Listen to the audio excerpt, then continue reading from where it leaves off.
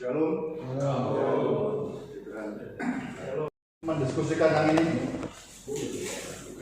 Silakan. Kalau yang saya tangkap kata dahulu,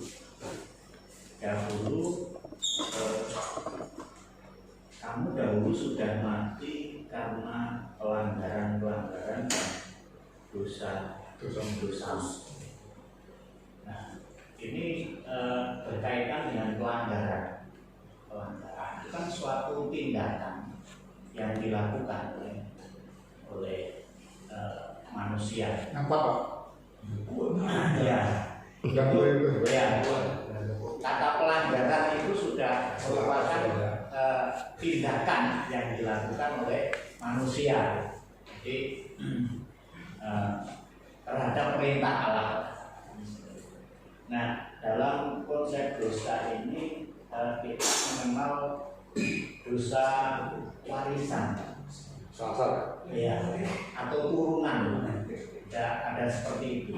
Itu terutama dalam kekristenan. Nah, saya kira inilah juga yang dimaksud dengan dahulu, bahwa dosa itu bukan sekedar perbuatan yang melanggar. Kemudian dosa itu berkaitan dengan hal yang turun-temurun sejak manusia itu jatuh ke dalam dosa.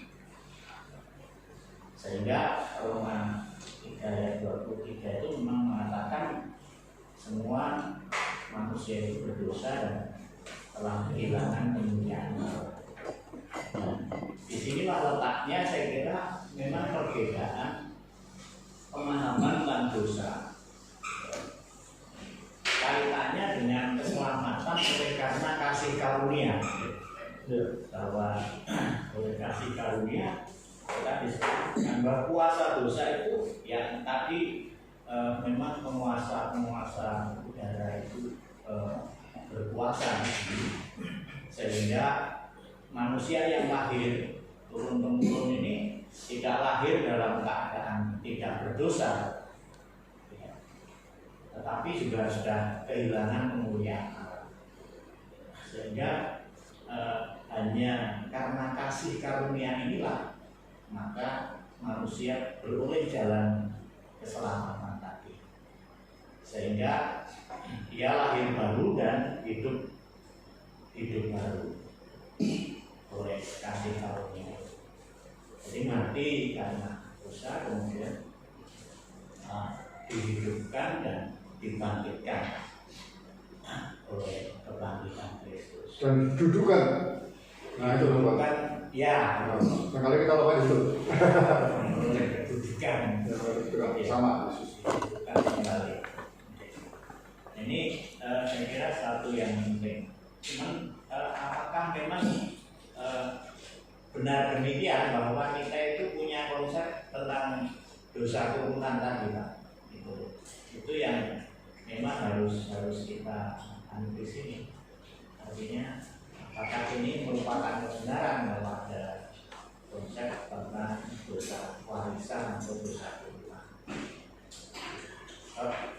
Pemahaman lain kan manusia dilahirkan itu dalam keadaan suci, tabula rasa, seperti itu, kertas yang ada solekan. Ya. Demikian. Nah itu tugas kita semua sebenarnya. Kita ini gembala harus pengajar. Jadi kita harus percaya firman Tuhan dulu pertama. Kemudian kita harus bisa menjelaskan, itu penting. Ya. Kita bisa memberi orang bertanya, kita bisa memberi tanggung jawab menjelaskan imannya.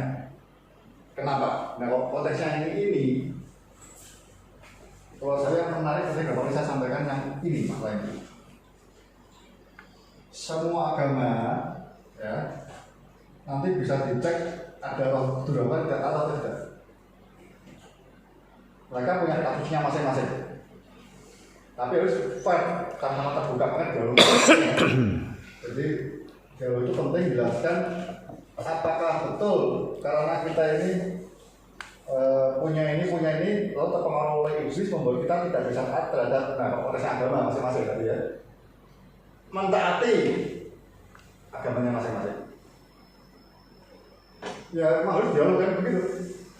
Makanya senang konsep-konsep saudara kalau ikut sejarah gereja ya, ketemu gereja-gereja yang Protestan, GKJ gitu ya, IDJ, itu kan pendetanya dulu sebut kiai ya. Iya. Kemudian dimusuhi oleh orang Belanda, Assembly Belanda nggak suka. Ada Kiai Sadra, ya GKJ. Oh GKJ ada Kiai Tunggul Wulung, gitu ya. Jadi mereka itu memang sebenarnya dia pendeta, tapi dia pengajar, ya bahasa ini mungkin bahasa kita mungkin nggak rasul. Jadi dia sengaja datang ke pondok-pondok pesantren. Sama para kiainya dialog. Ada debat, ini 2-3 hari lebih situ. Ya mungkin biasanya pernah dosa kan lah, ya imbang dong. Itu sama waktu saya ambil sebuah misi itu, dosanya orang dulu itu berapa ini? Cari 5 orang untuk diskusi dialog, lalu debat, ya, yang satu level. Jadi nggak boleh sama maaf orang-orang abangan, yang becak nggak boleh. Sama kiai itu imbang, sama dosen IAIN imbang. Ya, sama pokoknya pengurus NU atau Muhammadiyah. Dia dialognya seperti itu. Ketemu, saya sengaja datangi saya dari teman di Semarang kenal sama Dr. Kiai di pondok pesantren di Peranggen. Akhirnya berpindah Semarang, tapi yang musuhnya kuat radikal. Perusahaan Semarang orang Peranggen yang berada. Saya kenal satu kiai di situ. Kata teman saya, ini saya kenal nih. Teman saya tajam nggak bisa dia. Sama jasa pengajar istri, dia akhirnya mau, karena dia nggak mau. Itu begitu saya pakai mobil, di peruntukan saya pakai mobil, saya buka, masuk sedikit. Itu mereka dibelajar ngaji semua ya, mobilnya. Terus sama istri saya masuk dalam di jalan itu, semua berhenti ngaji. Iya saya semua. Jadi ini orang Cina mau mualaf atau apa deh? Berhenti ya saya semua. Masuk saya belajar ngaji dialog. Saudara mau memastikan tentang muslim seperti apa atau sudah, temui tokoh-tokohnya. Tidak harus menang kalah dulu, tapi ada cerita. Ya loh, konsep dosa, konsep keselamatan, konsep negara, konsep miskin, kemiskinan. Misalnya kita tahu dengan dari mereka. Kenapa orang Islam marah betul sama orang-orang Kristen? Salah satunya orang Kristen dalam gereja terlalu besar-besar. Sekitarnya kami muslim, miskin-miskin bapak bangun gereja besar-besar. Konsep dia kebersamaan mereka sama muslim. Walaupun sebenarnya juga tidak, kalau tidak juga bersenang mana, beda-beda terus. Jadi harus kita ini untuk kita semua. Anda kalau sudah biasa begitu, yang ada. Nanti ketika ini kok saya harap ada pegang bebek lah, anak ke hamba, sahabat, maknanya jangan teori. Jadi ketika jemaat Anda sudah sampai ke level hamba, diajak, apa itu majelisnya ya, diajak kita punya ke pondok pesantren yuk, dari sama kiainya, kemudian ke wihara yuk, sama biksunya. Hamba itu dia ngerti, pendetaku juga bisa dialog, berani PI, berani debat kalau macam-macam yang benar mana. Kalau Anda tidak ngerti itu, bertonton Anda tidak menumbuhkan dewasa jemaatmu. Anda pikirannya perlu ada anak, tidak perlu dijalurkan. Omlanya sama-sama. Itu baru konsep satu. Anda kan orang Islam yang putih. Kena hidup anak Buddha beda lagi. Ya, kan Buddha ada ikan nasi. Ada ikan nasi. Jadi kalau manusia dosa, maksudnya lagi bukan manusia lagi. Kalau masih agak baik, anjing. Itu saya sama mbak saya debat tentang saya. Jadi dia kan ngotot, Yesus dia nggak mau dia. Nggak bisa, nanti kalau dosa nggak usah Yesus. Nanti balik lagi ya jadi binatang nggak apa-apa, nanti kan mati lagi terus.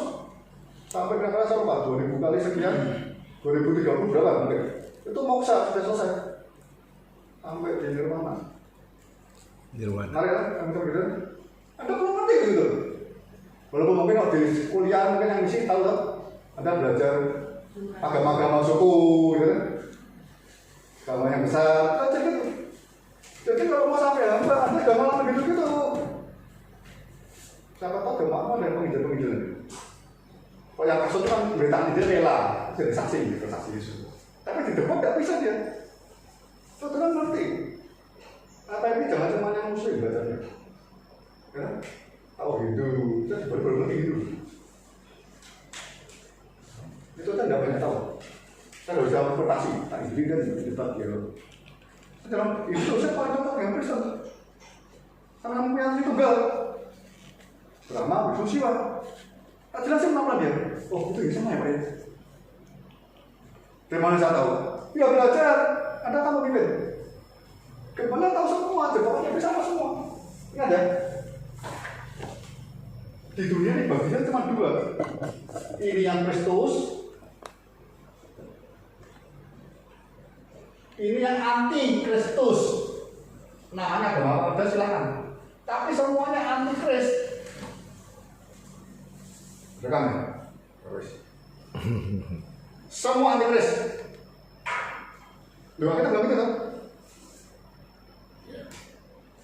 Kok ada musuh saya malah terbalik dan mau Kristus ada musuh. Berarti baca anti Kristus. Anti Kristus. Tapi kalau Anda tidak menangkap Kristus, ya artinya nggak muncul tenang saja, ada orang baik di kampung, di desa. Ya tenang aja, tenang semua. Itu ada menjadi saksi Kristus. Kenapa bukan anti Yesus, anti Kristus? Kristus itu yang diurapi, bisa dikurangi. Yang berarti apa sama sih? Di belajar nama? Raja. Raja. Anda raja. Raja itu nolongin rakyatnya. Sekitarmu miskin apa ditolongin, itu ada raja namanya. Mensejahterakan yang lain. Solomon buat senjata sendiri, kaya sendiri. Kau apa lagi itu? Imam itu tugasnya umat dibawa ke Tuhan untuk mengampunkan dosa.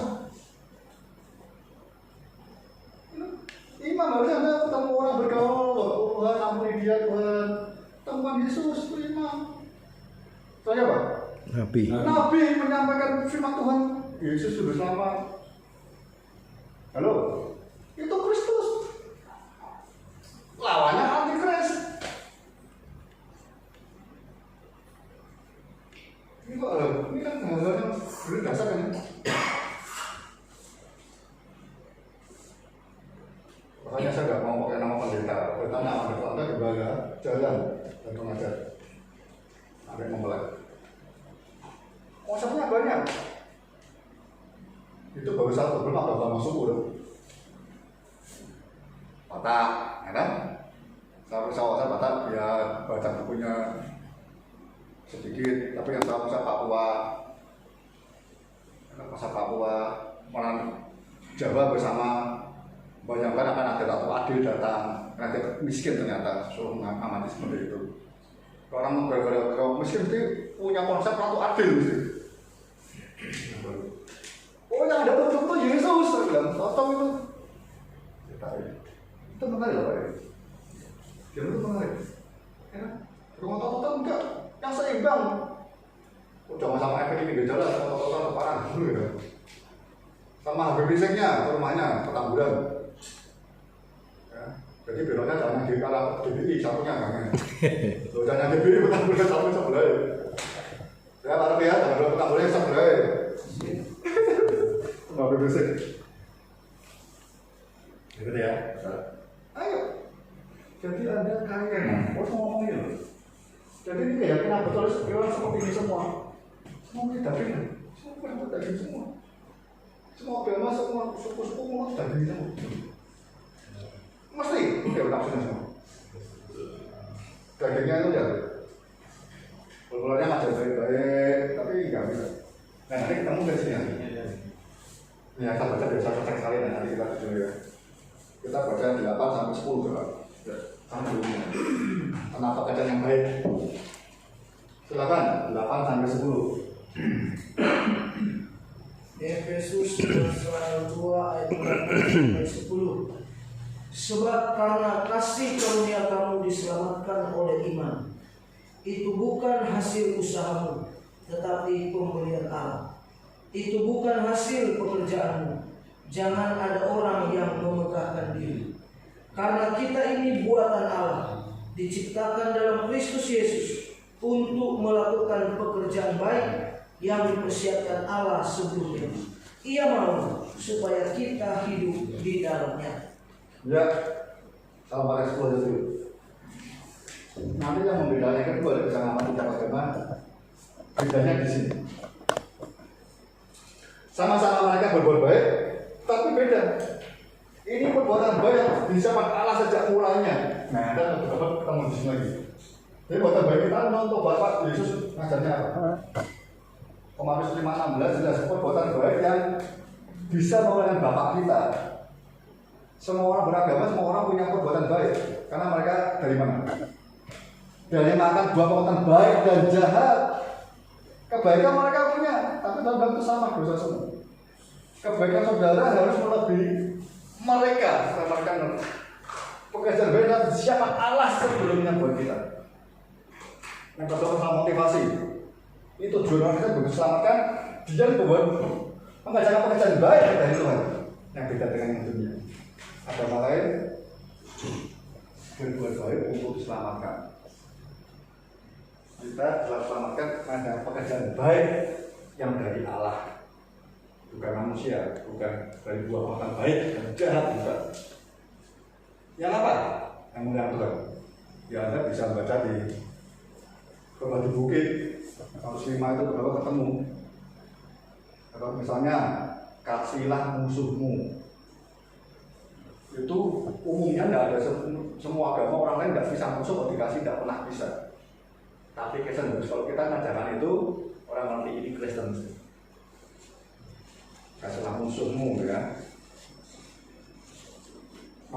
Sama dengan Lukas 6:33 ke bawah juga ada ketemuan. Kalau kita berbuat sama orang yang berbuat baik, nggak ada bedanya sama orang lain semua. Tapi orang jahat, musuh yang fitnah saudara, yang menutup gerejamu, Anda tetap berbuat baik. Yang kedua apa? Anda lihat di maksimal ketemu tuh banyak mengampuni. Orang lain susah mengampuni. Kalau tak mengampuni nanti tunggu lebaran. Kita bilang iya dan kita tidak. Mengampuni itu tidak mungkin bisa, semua agama ada batasnya. Yahudi sudah ada batasnya. Berarti semua bangga kan? Wah, berapa kali mengampuni saudara ini satu itu? 7 kali kan? Dia sudah menuju orang Yahudi biasa 3 kali cukup katanya. Dia sudah 7 kali ngampuni orang yang sama, dosa yang sama bolak-balik. Dia pikirnya mau sama dapat Tuhan. Tuhan bilang salah. Aku minta mau 70 kali 7 kali. Itu kira-kira 70 maka 7 itu ngomong. Tidak mungkin kalau sempurna. Itu orang lain tidak bisa. Kan harus bisa. Harus itu ya pokoknya kita harus bisa. Jatuh ya minta ampun lagi harus bisa. Karena kita ada di sini. Kalau tidak begitu ya kita sama mereka tidak ada gunanya, kita punya Roh Kudus. Dan seterusnya. Ini yang bisa membedakan. Nah, konsep dosa dan keselamatan bedanya di sini. Semua orang berbondong-bondong berbuat kebaikan supaya amalnya dihitung nanti lebih berat daripada kesalahan dan dosanya. Kalau kita terbalik, sudah selamatkan, nah, tapi perbuatan baik kita tidak perbuatan baik sederhana, semua orang bisa ngasih bantuan sosial, itu kan kali-kali semua orang bisa. Pas semua orang bisa ya orang nggak ada beda Kristen sama yang lain, nggak ada bedanya. Tapi kalau musuhmu terus kita mengampuni, tetap mengasihi itu supernatural ya. Orang bisa jadi Kristen.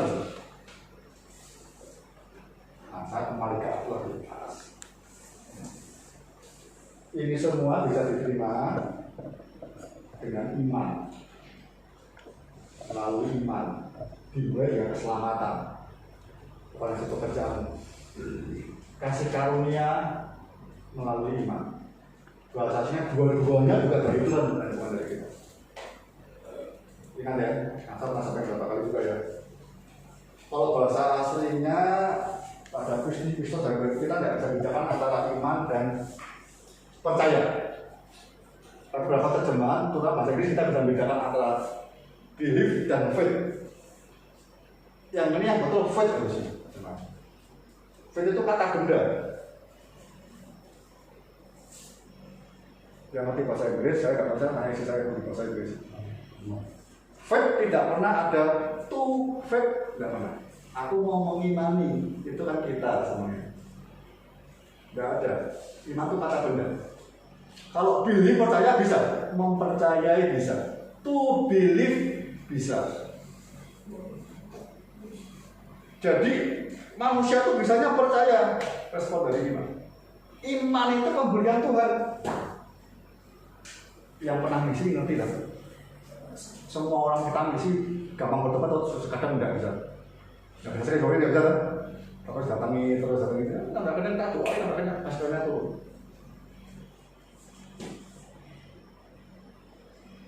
Nah ini penting semua yang kenyataannya jangan sombong mengasih kepercayaan. Itu khusus buat para pendeta gembala. Kalau kita bermegah semuanya rupa kasarnya dan iman. Kita bisa menjawab sama sampai sini pun itu kasih karunia. Kita diberi kemampuan. Kok tidak? Semua orang terjebaknya pasti tanpa sombong. Tadi pagi saya dengar siapa ya? Pak Timotius seperti GBT, bedanya apa GBT? GBT ada. Kemana ya Pak Andreas ya? Dia bilang apa? Yesus tidak pernah mengajarkan teologi, misi dan sebagainya, tidak pernah semacam itu. Kita tahu kalau rumit itu mati kita semua kemudian dia nggak pernah ngajarin. Dia mengajarkan cuma dua hal. Belajarlah padaku karena aku ini lemah lembut dan rendah hati. Itu yang Tuhan ajarkan. Dua saja. Lemah lembut dan rendah hati. Ya, itu semua kalau ada menangkap itu sudah beres semua, pakai gigi beres. Banyak juga. Sombong lawannya rendah hati.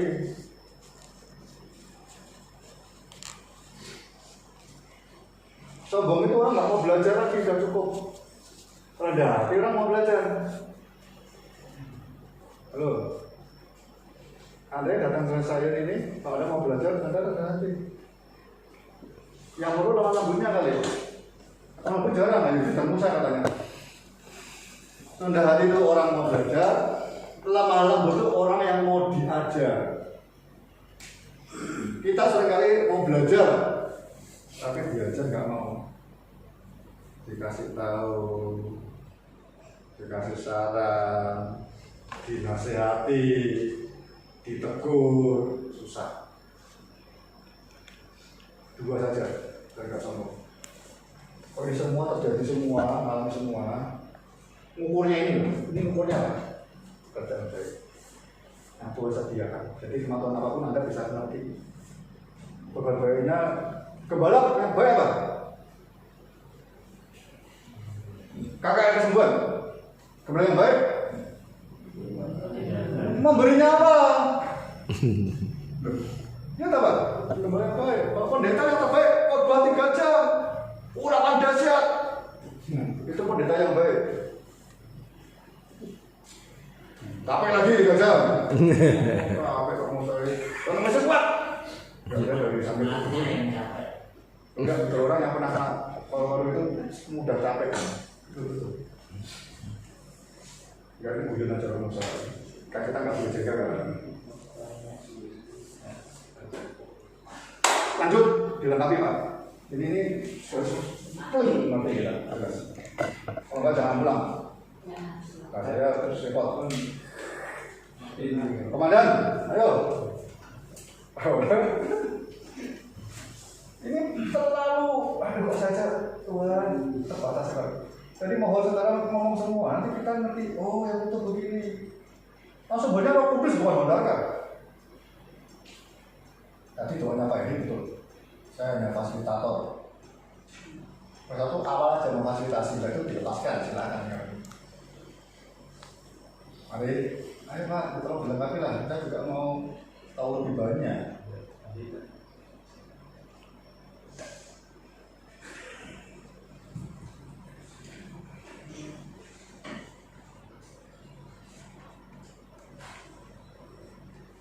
Silakan. Enggak, enggak. Pak Tapi itu mau ngomong banyak sebenarnya di materi itu. Pak sedikit nanya aja soal iman. Kalau kita lihat dari Yesus ini, karena iman kita diselamatkan. Itu pemberian Allah apa yang bertanya? Itu pemberian bukan. Lalu kita lihat di 1 Korintus pasal 12 ayat 9, iman itu adalah karunia.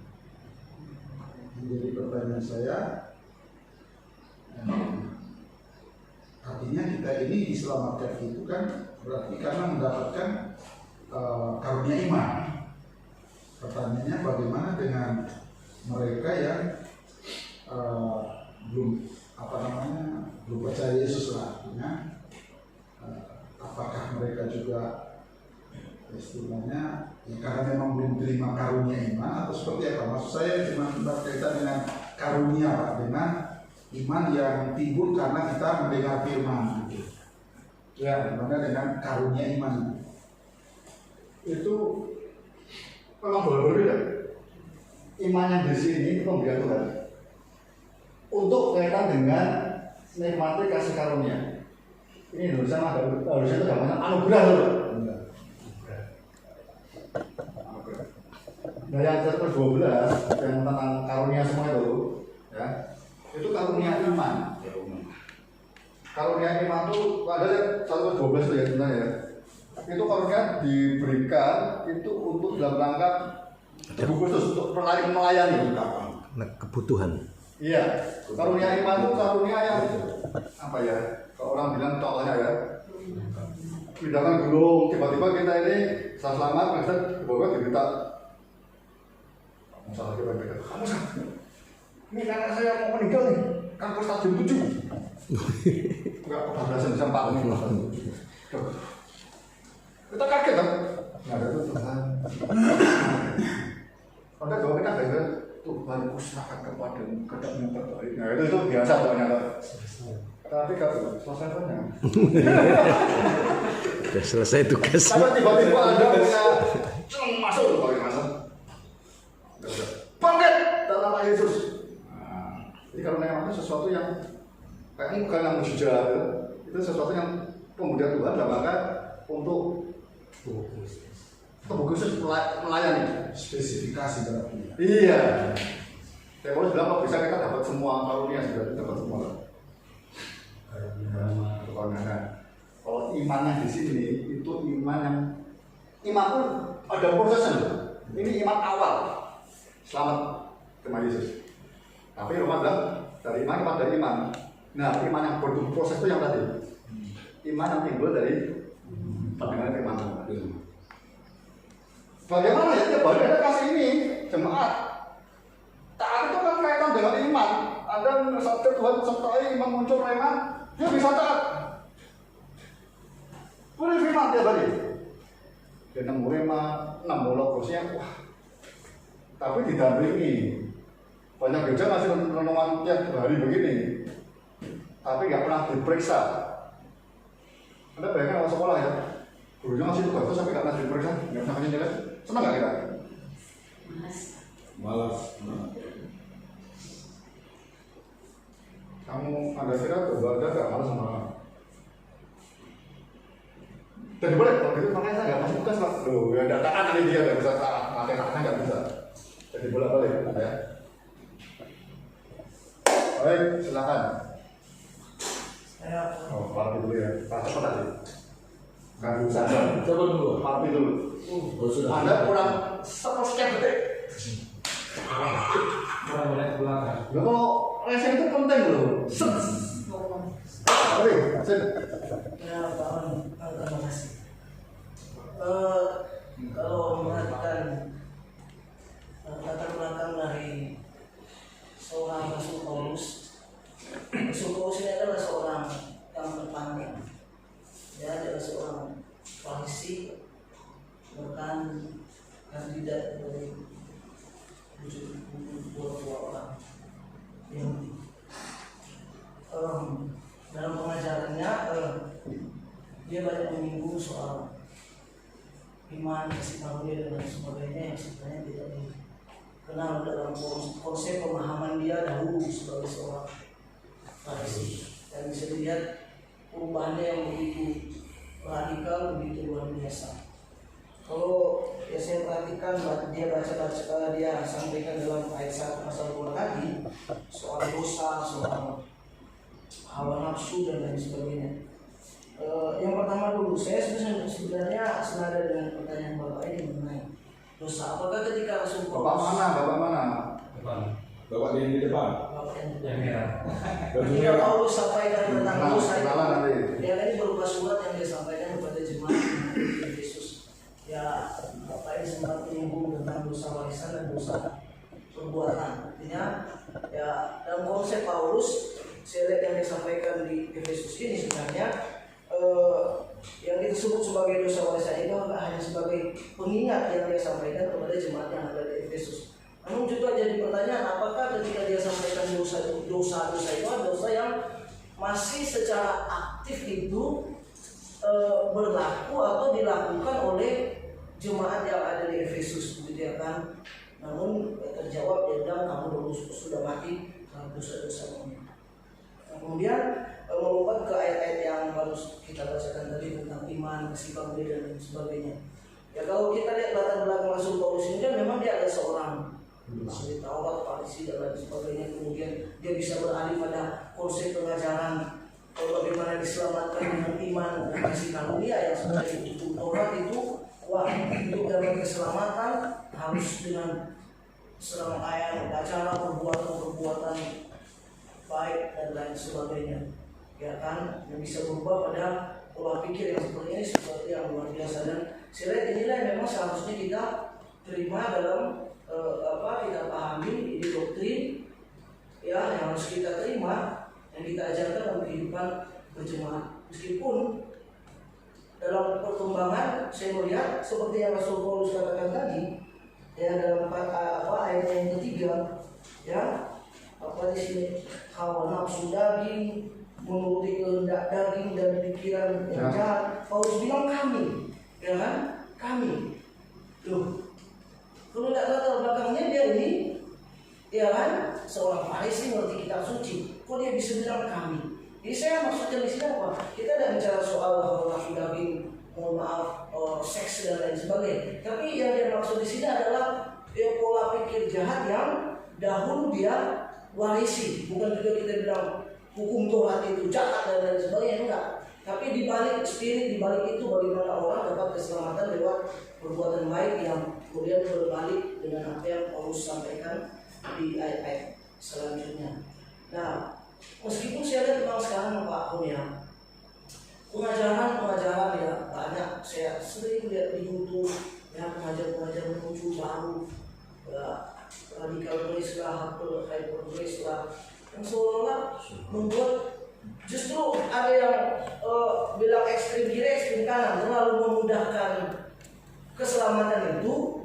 Tapi ada juga pengajaran yang terlalu memberatkan gitu. Untuk seorang ayat syarat untuk bisa selamat pokoknya harus ini, harus itu, kalau kamu mau begini. Ini semacam kayak mana sih mau selamat ini, sementara Rasul Paulus bilang keselamatan hanya oleh iman kepada Tuhan Yesus Kristus. Nah, sebenarnya banyak terpengaruh pun. Saya bilang, ya inilah kemudian akan menjalankan kehidupan berjemaat gitu. Baik. Kalau menurut saya ya, intinya sama. Jadi yang disampaikan di Bogor dan disampaikan orang syaratnya banyak, itu sebenarnya nggak kaitan dengan keselamatan lagi. Tapi kaitan mungkin dengan orang yang nanti kafir dan Armenia. Jadi kamu takut dan gentar. Ini saya bilang, Amin sejati saya rasa sudah agak susah di Indonesia, amin sejati. Susah. Karena semua kalau masih syarat berat itu kalau kita mana mau orang begitu. Ya, soalnya kita mengira coba bisa pindah itu berarti kita kan setuju yang mana? Kafir tidak, ini tidak. Tapi yang saya mau enggak itu nih. Ya. Tapi saya satu hal yang perlu satu hal yang kita perlu mengerti. Ya. Kenapa dia katakannya dulu? Lalu dia masuk ke sini, lalu ke sini. Itu sebenarnya buat kita bisa checklist yang penting. Ya. Nah itu tuh semua apa ya? Terbukaan dulu. Jadi kalau kita hari ini ngomong di sini, ya, tapi kita nggak taat mengikuti daging kita lah, maunya dengan daging dan sebagainya gitu ya. Hilang zaman, tapi juga kita tidak taat firman tiap hari kan dia ngomong ini ngomong tiap hari ya, makan firman tiap hari. Seperti mana? Kita tidak, kita hanya mau belajar. Nah, gitu kan. Jadi kita tiap harinya ya nggak ada yang baru kita makan. Gitu ya. Kita ada besok, apalagi pendeta kita semuanya kita tahu semua. Tapi yang namanya lab hari per hari, day by day. Terus 16 ya. Manusia rohaninya itu batinnya diperbarui dari sehari ke sehari, nggak hari per hari nggak. Sehari satu selesai, sehari lagi, sehari ke sehari itu batinnya. Jadi ada kalau tolong ya please ya Pak Gembala pendeta pengajarnya harusnya lebih teliti kata demi kata. Hari sehari sama sehari demi sehari itu kok bisa beda ya? Apa ya? Nah, ada kalimatnya harus beda. Nanti Pak. Bahasa Indonesia. Bukan, bahasa Indonesia bisa ketemu. Nanti terjemah masalah itu Indonesia ketemu. Tadi kayak iman, faith dan belief gitu kan ketemu. Anda harus belajar lebih banyak. Karena ada beberapa, misalnya ngomong depan Anda aja ya, Pak, depan jemaat jangan gitu. Anda kalau bisa jemaat jangan pernah ngomong ini LAE ini banyak salahnya, wah repot. Nanti jemaat nggak baca kitab kan? Lebih sulit, lebih baik Anda jelaskan saja. Ini maksudnya begini. Nah, kalau di Bible kan jangan ngomong gitu ya.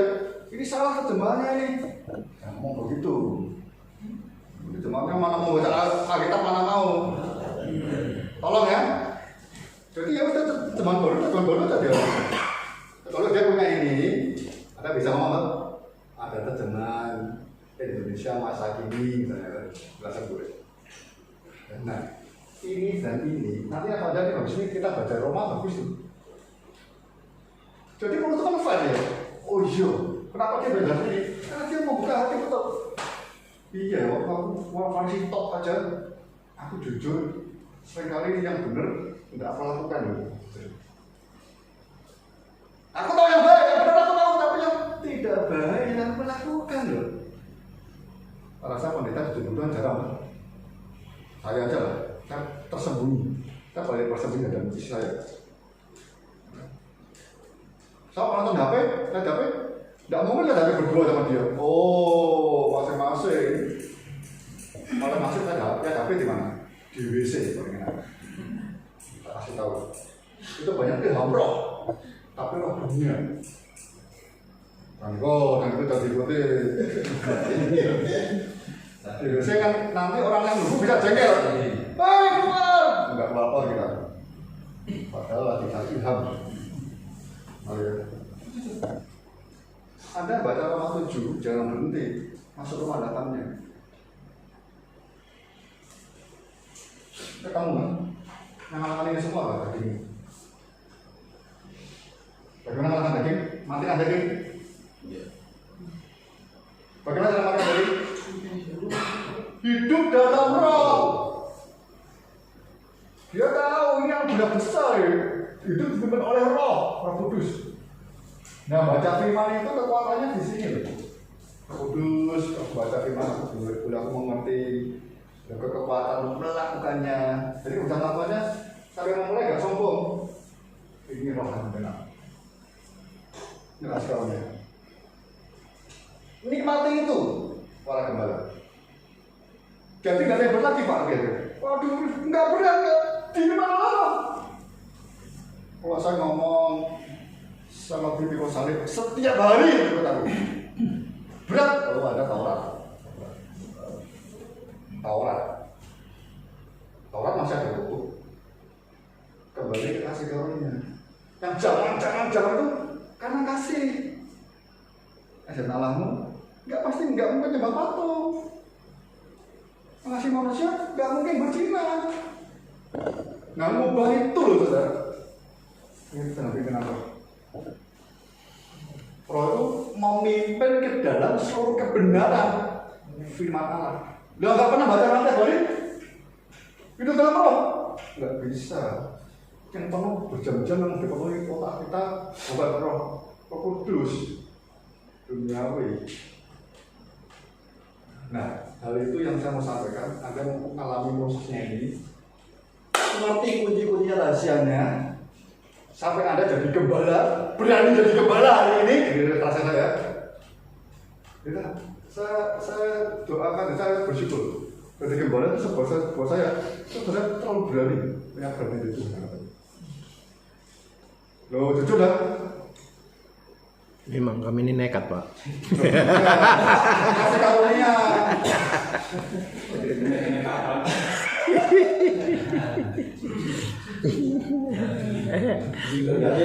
Kadang nggak tahu.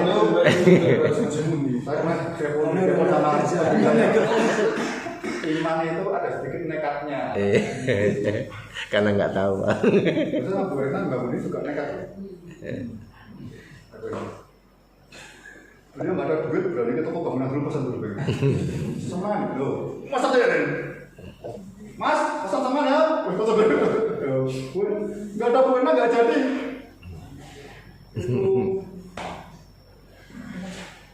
Pengurus semuanya mungkin bisa keluar dulu, tapi dia nggak bisa keluar dulu.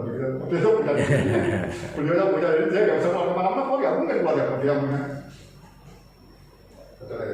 Nah, kasih karunia benar-benar sudah nikmati. Kasih karunia bedanya dengan Taurat. Kalau agamawi berhenti, agamawi nggak bisa. Semua berat semua. Sangat tadi, itu masalah, waduh berat. Tapi itu aku mau ngasih buat aku yang dekat dunia sekarang ada di sini. Bapak Yesus ada bersama dengan Tuhan. Anda lemah nggak bisa, polisi kita ada sini. Dalam kelemahan, kuasa Tuhan nyata. Capek itu bersyukur, kuasa Tuhan nyata. Amin lah. Oh silahkan. Minta. Ya. Kita dalam proses. Amin. Nah, proses ini tolong. Anda, buat saya, kalau orang bahasanya apa ya? Ya terbuka lah kan. Jadi Anda sambil di sini itu, ini Anda jalan benar. Ini bukan ngimpi. Orang biasa seringkali seperti ngimpi. Anda nonton film Jet Li, pulang gayanya bisa nantang preman pasar. Ya, jadi bisa. Ya, sama kan? Orang ikut main scan jadi, orang merasa jadi. Yo, ikut bebek, keluar satu tidak. Tidak. Jalan. Saya malam-malam jam 10, setengah 11 jadi telepon sama seorang istri pemuda saya waktu di Jakarta. Pak, saya mau cerai Pak besok. Kenapa? Suaminya pulang ikut main scan, berasa di puncak, diberesin semua, keterbukaan. Dia pulang sampai ke Jagorawi, pas sampai rumah, tahu itu terbuka bersama istrinya. Dulu sebelum aku nikah, aku begini begitu. Istrinya lagi hamil muda. Dia masuk udah sempurna. Udah sejati cerita. Belum sampai rumah, ujungnya nggak pindah. Yang salah siapa? Setan, bukan apa? Kan ada kuat dari manusia, pembina kan bisa nggak ada. Kuasa udara oleh setan terus. Anda lihat, sama kita. Jangan rumah sekali. Wah, aku pendeta ini. Top, enggak. Anda di sini sana mau ini. Tapi jangan takut. Ada kepala rasa malu kan ada di kisah Rasul. Dihantam, diancam Pilatus, Herodes. Dia udah tahu ke masa kebangkitan. Dia udah lihat Pentakosta. Dia udah tahu Tuhan menambah jumlah mereka tiap hari. Dia tahu semua. Tapi ketika diancam, mereka takut. Tapi berdoa, apa doanya?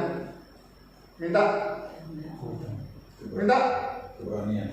keberanian untuk memberitakan Injil, menyembuhkan orang sakit, kuasa menyertai Tuhan. Takut itu, ngaku ini itu dosanya benar, tapi jangan berhenti, nanti di sini, maju di sini. Dia aku iman, aku keberanian. Tidak sekedar doa-doa atau enggak keberanian. Oh enggak, jemaatmu kasut dipakai tapi tidak pernah keluar. Kalau keluar tanpa kasut semua jemaatmu. Loh, coba ada paksa lu ngapain itu? Anda berani? Ya kan? Walaupun jago karate dan 7 sama orang semua nggak takut semua. Tapi memberitakan Injil bisa betul. Bapak, agama apa ya? Belum tentu berani. Ya enggak? Karena kata penguasa itu kata. Anda tak ngerti apa yang kasih kalian iman. Mendapat Injil, minta iman, minta paspornya, datang saja juga. Nanti kalau begitu, kalau kita semua, Paulus tahu, aku sering gak tidur. Di Efesus itu aku benar datang bos yang capekku, tapi lihatnya karena ada di sini, aku udah kesempatan yang besar. Padahal pendatang bos semacam-macam dia. Pendatang bos itu orang, bukan sinal-sinal atau jalan di Efesus. Manusia pikir bisa lihat, karena dia nempel dengan kepala. Lihatnya Tuhan mau kemana? Gak apa-apa mau pedang, mau aniaya, tidak bisa memisahkan aku. Yang Yesus tidak ada. Ngalami gak enak, ya ngalami gak enak, ya terus jalan. Aku manusia Allah, dan sampai yang sakit gak masalah. Jalan. Ada lagi silakan. Tadi Pak Wilder ya? Lali, lupa. Sebenarnya sih sudah terjawab. Jawab ya sudah. Soalnya karena tadi yang sudah dijelaskan oleh Pak Om, yang saya tadi itu sebenarnya mengenai dari ayat yang ke-10 saya melihat seperti semua itu kayak itu yang ditekankan oleh Paulus. Karena kita ini buatan Allah diciptakan dalam Kristus Yesus untuk melakukan yang baik. Ya, artinya titik kan, tetapi di kalimat yang selanjutnya dikatakan yang dipersiapkan Allah sebelumnya Ia mau, artinya Allah punya kehendak supaya kita, kata kunci yang pertama itu tadi, taat kepada ketentuan yang diberikan oleh firman Tuhan untuk dilakukan. Mau tidak mau, suka atau tidak suka, artinya kita harus taat. Jadi Pak Om tadi sudah menyampaikan, walaupun dibaca, tapi kalau tetap tidak ada pimpinan Roh Kudus, tidak akan bisa. Jadi itu aja sebenarnya tadi. Jadi kalau Anda sudah ngerti taat kerjakan ini, nanti Anda alami kerjaan ini seperti apa? Nariknya gimana? Kalau kita nggak pernah taat, kita nggak tahu pernah ini jahatnya seperti apa.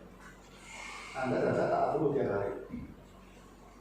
Taat karena bisa ngerti kemampuan aku mau ngasih kok. Nanti Anda tahu mungkin taat jahat, pengen menarik saudara. Pada zaman itu, nanti para gembala pendeta tidak pernah akan menghakimi, menggampangkan melayani jemaat. Gitu aja jatuh dosa terus. Oh no. Anda tahu, gembala saja dia mau ngejar terus. Apalagi jemaat. Justru domba yang tersesat Anda kasihan. Dicari nanti ketemu. Ya. Baik. Nah masih ada silakan Pak. Tolong yang belum bicara kita ditolongin sampai kan dan melengkapi. Ya, saya Pak. Ya, di sini memang luar biasa ya yang kita renungkan pada siang ini. Saya mensyukuri bagaimana Rasul Paulus membesarkan hati orang-orang berdosa yang sudah diselamatkan.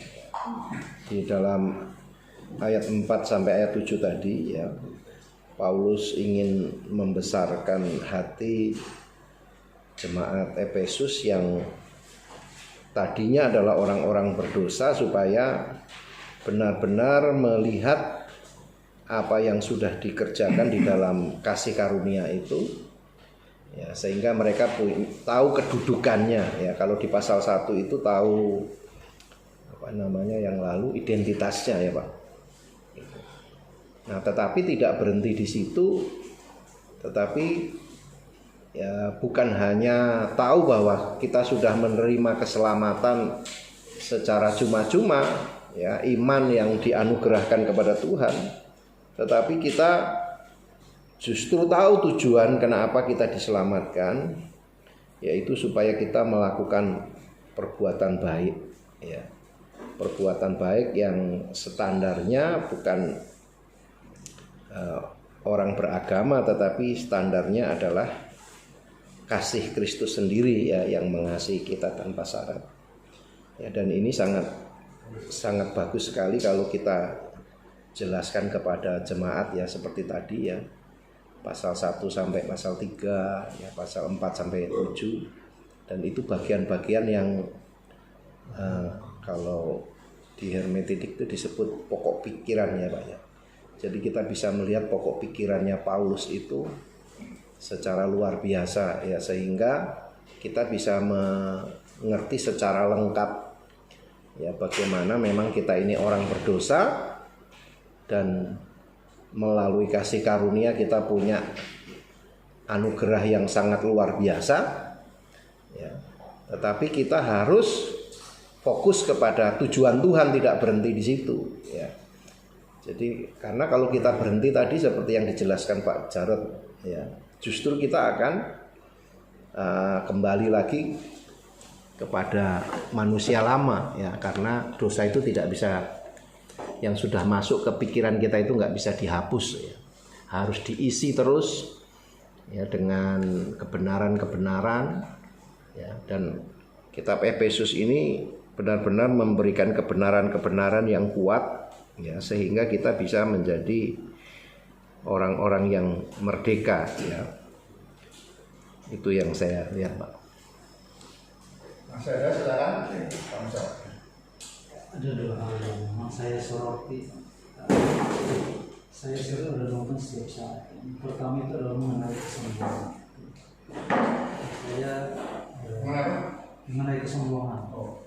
Apakah kesombongan itu adalah sebuah pilihan?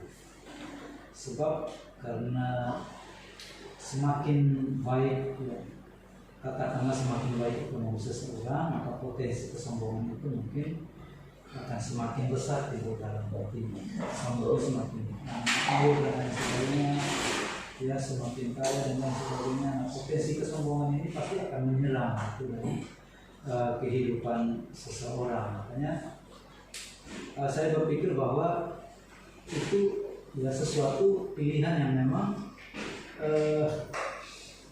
timbul dalam daging ya, dalam daging kita sendiri. Nah, yang kedua itu adalah mengenai dosa. Kadang-kadang kan kita melihat bahwa kalau dosa itu kan kita melihat ya satu perbuatan yang tidak sesuai dengan kebenaran ya, atau mungkin mencaci maki orang dan lain sebagainya ya. Tapi belakangan ini setelah saya baca firman Tuhan, saya renungkan ternyata ada hal-hal atau dosa yang memang kita merasa bahwa itu seolah-olah bukan dosa gitu. Contohnya seperti ini. Kalau misalnya kita mau sudah menentukan jadwal untuk berdoa jam 7, kemudian kita datangnya jam 8. Nah, itu kalau mungkin satu dua hal mungkin satu dua kali mungkin masih bisa dipahami. Tapi kalau bagaimana kalau itu terus terjadi dalam kehidupan kita? Nah, saya melihat bahwa ini kalau sesuatu itu sifatnya merugikan, ya, baik diri kita sendiri atau orang lain. Itu saya berpikir bahwa itu sudah termasuk dosa sepertinya. Karena apa? Kita tidak menghargai waktu yang Tuhan berikan. Nah, saya merenungkan ini dan memang saya mencoba untuk senantiasa taat ya, untuk menghargai apa yang Tuhan memberikan itu. Ya. Jadi memang dari kecil saya sudah dilatih ya, untuk tidak terlambat, untuk menghargai waktu-waktu yang Tuhan berikan, karena bisa saja sesuatu bisa terjadi gitu. Detik ini bisa seperti ini, tapi detik-detik yang akan datang bisa terjadi seperti yang lain lagi gitu. Jadi memang kita harus siap dalam keadaan seperti itu. Jadi saya melihat bahwa kita harus kembali mengoreksi ya. Kadang-kadang kita berpikir bahwa dosa itu adalah perbuatan yang melanggar kebenaran dan sebagainya. Tapi sebenarnya ada dosa-dosa yang sebenarnya kita pelihara selama ini, ya. Yang sebenarnya kita kurang sadari itu dan kita tidak memperbaiki itu. Ya, tapi itu saya tidak katakan mau. Mungkin juga tidak. Kalau sombong itu nggak hanya orang kaya. Iya, nggak bisa masalah sombong. Sombong dengan kemiskinan.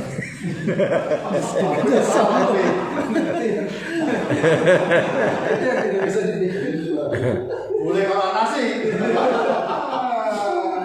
Boleh kalah nasi, tapi jangan sampai kalah Asli. Ya ini kalau ada nonton film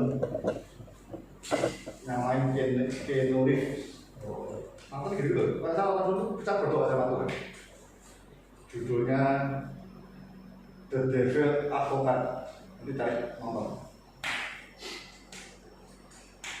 Bagaimana si advokat muda ini kena pengaruhnya advokat senior yang mungkin sahabat Al Pacino yang main. Tetapi dia ngomong, aku ini Lucifer. Kamu sendiri yang kepingin begini begitu kali pun manjat, tapi itu sebab dosa dan sebagainya. Lucifer mau apa kayak dia? Kesombonganmu lah itu yang membuat kamu jatuh. Kesombongan itu dosa kesukaanku. Iblis juga sombong kan, bawahnya Allah nggak mau kan, pengen naik dia. Kesombongan itu dimulai dari keinginan. Sombong itu nggak ada batasnya. Sombong itu, ada sombong itu orang katanya bawa anaknya ke atas, muka ke atas, nggak ada batasnya sombong itu. Ya itu nggak kenal siapa-siapa. Yang bahaya, hamba Tuhan, kaitan dengan anugerah dan iman, termasuk penggembalaan dari semua. Kita harus tahu, domba-domba datang ini juga karena kasih karunia Tuhan. Walaupun dari kita nggak dengan benar, begitu kita sombong, nanti kita semau gue. Sombong itu nggak mau dengar benar Roh Kudus, nggak mau. Bagaimana nggak penting, sudah tahu semua. Nggak mau, itu hati-hati. Kalau mau jadi cuma dua. Kalau gitu hanya dua. Lemah lembut dan rendah hati. Ya. Masih ada yang masih nyampaikan undang-undang? Saya Wih, langsung nggak perlu ditanggapi, tapi ini sebagai sebuah dengan anda. Artinya tadi banyak menyinggung soal gembala. Oh ya, kita kembali semua juga. Semua ada di sini. Moga Pak, Ternyata jadi gembala itu memang gila benar. Maksud saya betapa beratnya kita punya kunci. Mohon maaf, saya kembali kita sudah detil menyampaikan bagaimana kita mau domba yang tadi itu tidak gampang. Tak pikir selama ini sudah cukup banyak yang saya lakukan untuk jemaah. Artinya kaitan dengan masalah, kaitan dengan pekerjaan, ibaratnya saat kirimnya dipikirin, gitu kan. Tapi setelah Pak Umar jelaskan tadi, ternyata masih terlalu kecil yang kita buat. Masih banyak tanggung jawab yang belum kita kerjakan. Kadang-kadang kesombongan itu tadi, pikir sudah saya lakukan ini, tapi saya dikritik tadi soal itu tadi, maksudnya ternyata kita menjadi gembala itu memang tidak main-main. Masih banyak hal yang memang harus dikerjakan sebagai seorang gembala yang benar. Jadi Ya saya berterima kasih karena hal ini semoga ke depan akan lebih punya kemampuan melakukan tanggung jawab dalam pengembangan. Semoga Saya juga dengan diri saya ini fokuskan pada para gembala. Walaupun saya magang beda masih sekitar 2 tahun saya nggak kuat. 2 tahun jadi saya benar-benar Tuhan bawa untuk share para gembala saya jawab, waduh siapa enggak Tuhan? Tapi dengan pertolongan Tuhan menaikkan diri saja ya. Jadi justru Tuhan menyatakan betul selama 2 tahun saya jadi pelayan dengan dunia misi dengan pesat. Tuhan seperti apa betul saya yang aku didampingi di Korea betul itu sampai akhir itu gembala. Gembala itu bersama dombanya sampai akhir Tuhan datang. Padahal di orang ada jadi sangat beda saja. Anda langsung di jemaat terlintas sadar udah lupakan lagi bisa. Nabi ya tidak doa, tapi gembala tidak bisa terus di situ. Gembala palsu saya nggak pernah nemu di Alkitab saja gitu. Ada palsu ada yang ada gembala upahan. Pokoknya begitu ya. Nah, ini kalau ini dalam menarik. Paulus sampaikan semua ini tadi saya dalam kursus ini ya. Kalau itu doktrin yang sempurna tidak sekedar tapi ini gereja. ya. Di situ muncul istilah gembala, di situ muncul. Ya. Sebelumnya ketika dia harus kita Korintus, dia ada di Efesus. Ketika dia di Efesus, dia ada di bendera Roma. Ketika di Korintus, dia ada di Efesus. Jemaat belum terbentuk. Makanya dia dapat yang penting 3 hal. Rasul, nabi, pengajar. Di Korintus ada di lingkungan itu. Tapi begitu sampai di Efesus sekian waktu kira-kira Korintus itu 50-an, 60 kira-kira habis 60 tahun berikutnya itu mulai terbentuk jemaat. Nah, ada hamroh yang benar yang berforma gereja ya. Nanti jelasnya kepada Yesus pasal 14 tugas gembala sebenarnya. Yang rasul nabi semua itu kan oke, tapi ketika gembala pengajar, saya itu kuncinya untuk menjelaskan jemaat, karena dia yang nungguin terus menerus. Oke, makanya saya bilang gembala itu saya hormat betul sama para gembala karena kalau gembala sejati itu benar-benar luar biasa sekali. Anda betul-betul harus memahami firman dan nempel ke pimpinan Roh Kudus. Ya. Nah, yang diperlukan adalah keterbukaan dengan Tuhan. Karena Anda ditugaskan untuk mengasihi Tuhan, menggembalakan jemaat Tuhan. Tuhan gembala yang agung ya. Jadi kalau ada apa-apa, Anda lapornya ke gembala yang agung yang punya jemaat ini. Kira-kira begitu. Bukan terbuka sama istri Pak ya. Istri juga perlu Anda gembalakan. Akhirnya sampai di itu juga Pak. tadi pasal 5 ya, teman. Suami mengasihi istri itu apa? Memandikan, menyucikan, firman Allah. Nah, saya ingat. Coba ketika istri Anda ada firman Tuhan, letak sama-sama. Nanti kamu mulai kelihatan. Mulai dia. Istri saya mungkin nggak punya atau tidak. Sama. Ketika saya tahu Islam, ingat ya yang saya tidak Abraham dan Sarah itu loh. Ya. Ya kalau benar, satu-satunya wanita dari kita yang matinya Tuhan kasih tahu umurnya yang Sarah. Sarah mati umur berapa? Lupa. Oh itu nomor spesial. 127 tahun loh. Dikasih tahu. Artinya orang nasibnya ya Tuhan kasih berhenti di umurnya. Sarah meninggal, Abraham datang. Artinya pisah ini mereka. Saya pernah ngajar, hidup saya aja fokus ngajar Abraham. Sarah itu hanya mencapai iman yang luar biasa, tapi tidak mencapai iman yang sempurna. Ada berbeda. Jadi sampai mempelai itu imannya sempurna. Iman sempurna tandanya bukan mujizat, tapi korban. Abraham disebut anak bapak anak pertama ketika dia bukan saat keluarnya, tapi dia tegur saat terakhirnya merbahkan Ishak. Worship disebutnya. Coba ya, harus ngomongan. Soalnya yang ngomong tau, David ngomong. Abraham berikan yang terbaik untuk aku. Abraham ngasih Ishak kan? Masih sana? Bisa. Tidak. Tomato mana ada? Kasih sapi terbaik loh. Kalau dia ngomong ada yang terbaik, mungkin nasinya bisa. Enggak, maksudnya nasinya sapi terbaik. Enggak mungkin ngasih anaknya dikasih, enggak mungkin. Ada bohong masa dikasih anak. Iya, enggak mungkin. Tuh jelas. Nontonnya. Berikan anaknya kau kasih kepada. Ada. Jadi yang mempelai itu intinya cuma satu, korban. Apa yang Tuhan minta, serahkan semuanya. Yang pasti Tuhan tidak pernah minta istrimu. Nah, itu bahaya kan? Itu kayak Pak dari istri itu tuh bahaya paling setia sama Anda. Kalau istrimu kurang cocok, itu durian daging. Tapi nggak bisa lepas, harus. Lu iya kalau mau apa lagi? Ya udahlah. Ketawa di sini ya, di rumah. Ketawa di sini, jangan di rumah ketawanya. Yang ketawa pengalaman. Ya, begitu saya ngajar firman maju terus, dia mulai kelihatan mahir, nggak tunduknya ya. Tapi saya ajak ke mana, ke Korea, mana? Terus rasanya, sayang terus. Saya dilayani apa? Dilayani. Itu ini salah. Ini nggak benar. Nah, betul begini. Mulai ya. Dari pasal Efesus 5 ya, praktek ya. Suami mengasihi istri, memandikan, menyucikan dengan firman Allah.